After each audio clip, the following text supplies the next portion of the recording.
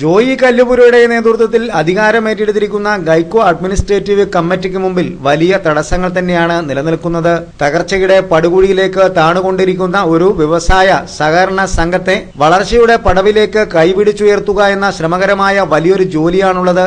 നിശ്ചയദാർഢ്യം ഒന്നു മാത്രം കൈമുതലാക്കി സംഘത്തിന്റെ ഇപ്പോഴത്തെ ദുരവസ്ഥയ്ക്ക് പരിഹാരം കാണാനാവുമെന്ന വലിയ പ്രതീക്ഷ സമ്മാനിച്ചുകൊണ്ട് അഡ്വക്കേറ്റ് ടി വി എബ്രാഹത്തിന്റെ നേതൃത്വത്തിലുള്ള അഡ്മിനിസ്ട്രേറ്റീവ് കമ്മിറ്റി ശക്തമായ നടപടികൾ സ്വീകരിച്ചു വരുന്നതിനിടയിലാണ് മരണം അഡ്വക്കേറ്റ് ടി വി എബ്രാഹത്തെ കൂട്ടിക്കൊണ്ടുപോയത്. അഡ്വക്കേറ്റ് ടി വി എബ്രാഹത്തിന്റെ നേതൃത്വത്തിലുള്ള അഡ്മിനിസ്ട്രേറ്റീവ് കമ്മിറ്റി ചുമതല ഏറ്റയുടൻ കുറവലങ്ങാട്ട് അടച്ചുപൂട്ടിയ നിലയിലായിരുന്ന ഗൈക്കോ ഫാർമേഴ്സ് സൂപ്പർ മാർക്കറ്റ് പ്രവർത്തനം തുടങ്ങാൻ കഴിഞ്ഞുവെന്നത് ഏറെ ശുഭാപ്തി വിശ്വാസമാണ് നാടിന് സമ്മാനിച്ചത്. ഒപ്പം റബ്ബർ ഷീറ്റ് സംഭരിക്കാനുള്ള നടപടികൾക്കും അദ്ദേഹം തുടക്കം കുറിച്ചിരുന്നു. മാസങ്ങൾക്കുള്ളിൽ ഫാക്ടറി തുറന്ന് പ്രവർത്തിക്കാൻ കഴിയുമെന്ന അറിയിപ്പ് തന്നെ തൊഴിലാളി കുടുംബങ്ങളിൽ ഏറെ പ്രതീക്ഷയാണ് സമ്മാനിച്ചിരുന്നത്. തൊഴിലാളി യൂണിയൻ നേതാവെന്ന നിലയിൽ തൊഴിലാളിയോടും പുതിയ ചെയർമാൻ എന്ന നിലയിൽ മാനേജ്മെന്റിനോടും വളരെ ആത്മാർത്ഥമായ നിലപാടുകൾ സ്വീകരിച്ചുകൊണ്ടായിരുന്നു അദ്ദേഹത്തിന്റെ തുടക്കം.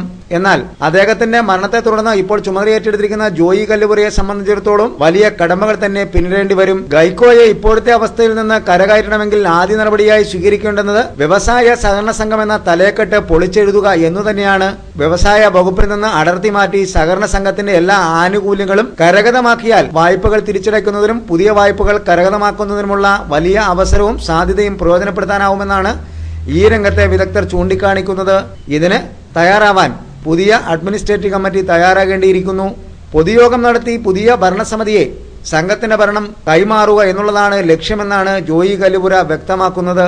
ഈ നിലപാട് പൊതുവെ സ്വാഗതം ചെയ്യപ്പെടുന്നുണ്ടെങ്കിലും നേതൃത്വ പാഠവും ആർജവത്വവുമുള്ള ഒരു കമ്മിറ്റി ചുമതലയേറ്റാൽ മാത്രമേ ഗൈക്കോയ്ക്ക് പുതിയൊരു ജീവനും ഉന്മേഷവും നിലനിൽപ്പിനുള്ള കരുത്തും കരഗതമാകൂ എന്നാണ് വിലയിരുത്തപ്പെടുന്നത്.